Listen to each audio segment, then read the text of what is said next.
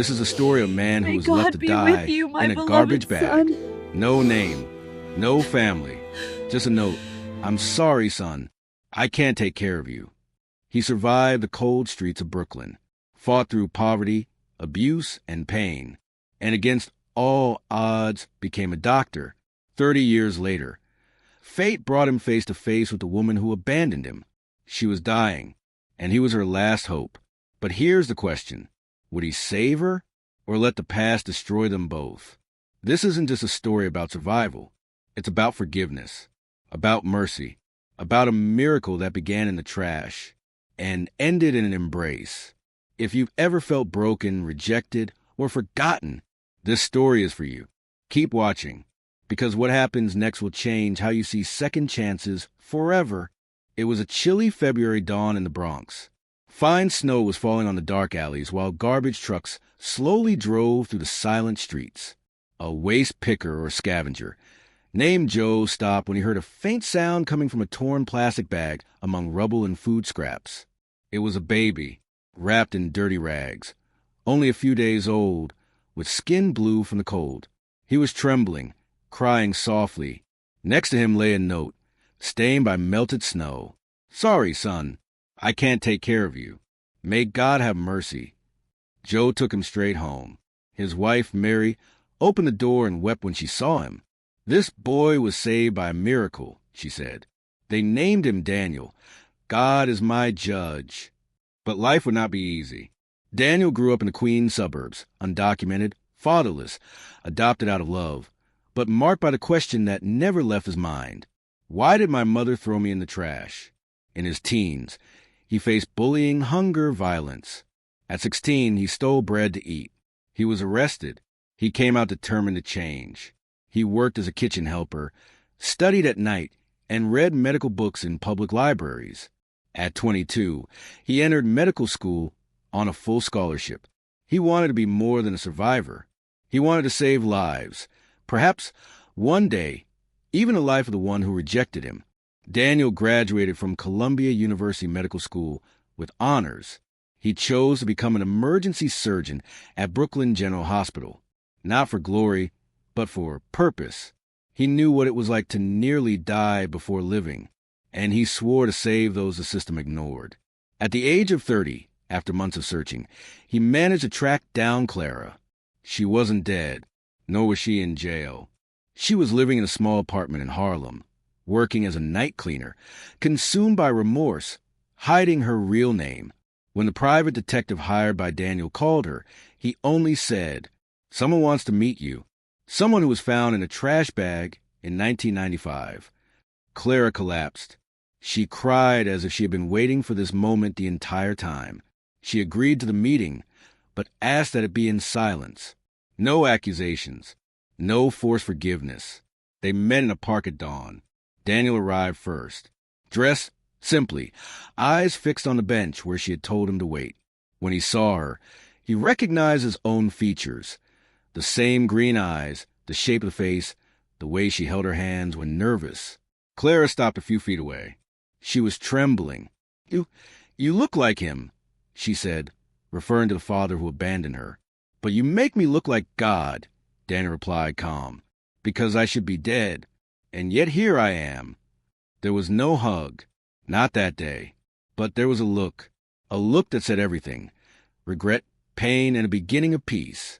Months later, unaware of the connection, Clara was rushed to Brooklyn General. Respiratory collapse, severe pneumonia, pulmonary edema.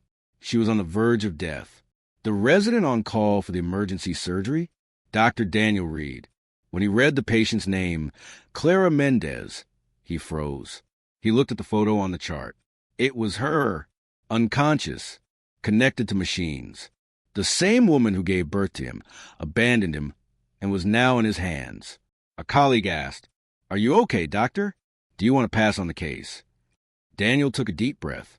"No, I'll take care of her."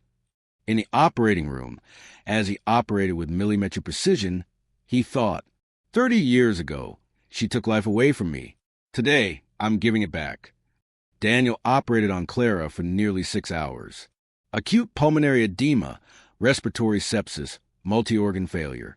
She was on the brink of death. As he worked with surgical precision, Daniel didn't see just a patient.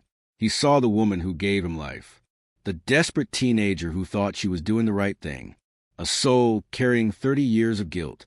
When he finally stepped out of the operating room, exhausted, the medical team congratulated him. "She has a chance now," said a nurse. Daniel only nodded. There was no pride, only peace.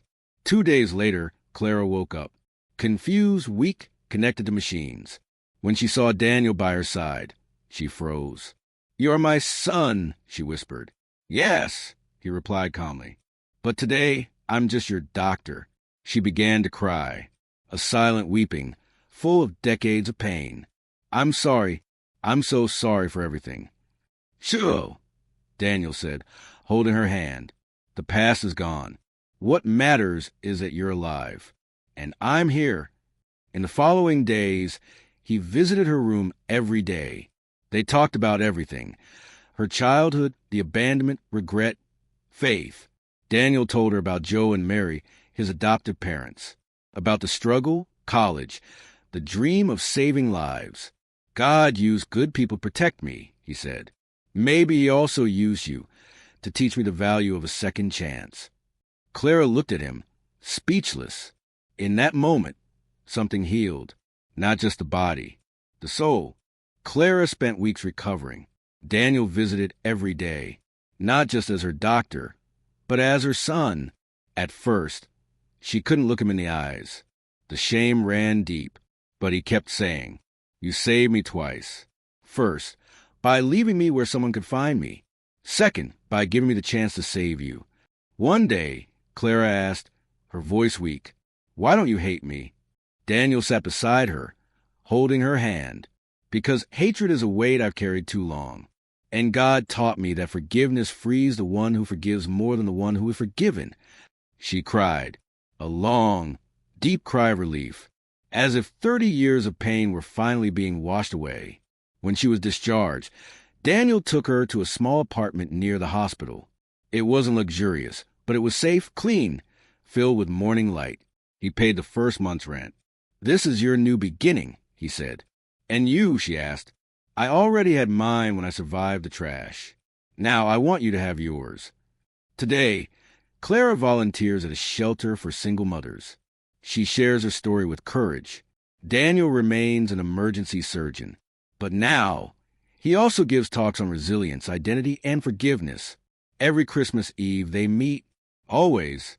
No grand gifts, just presence, just peace. If you're watching this, maybe you're carrying guilt, abandonment, or old pain. Remember, no one is beyond redemption.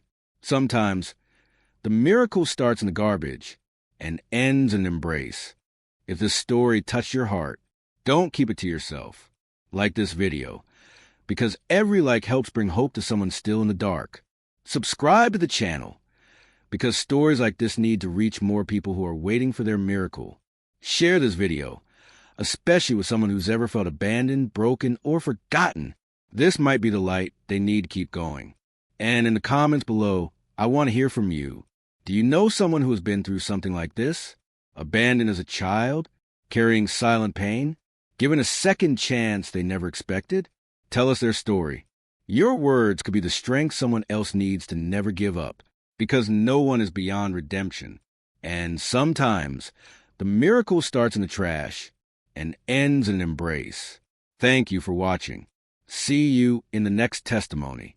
Subscribe, hit the bell, and never stop believing.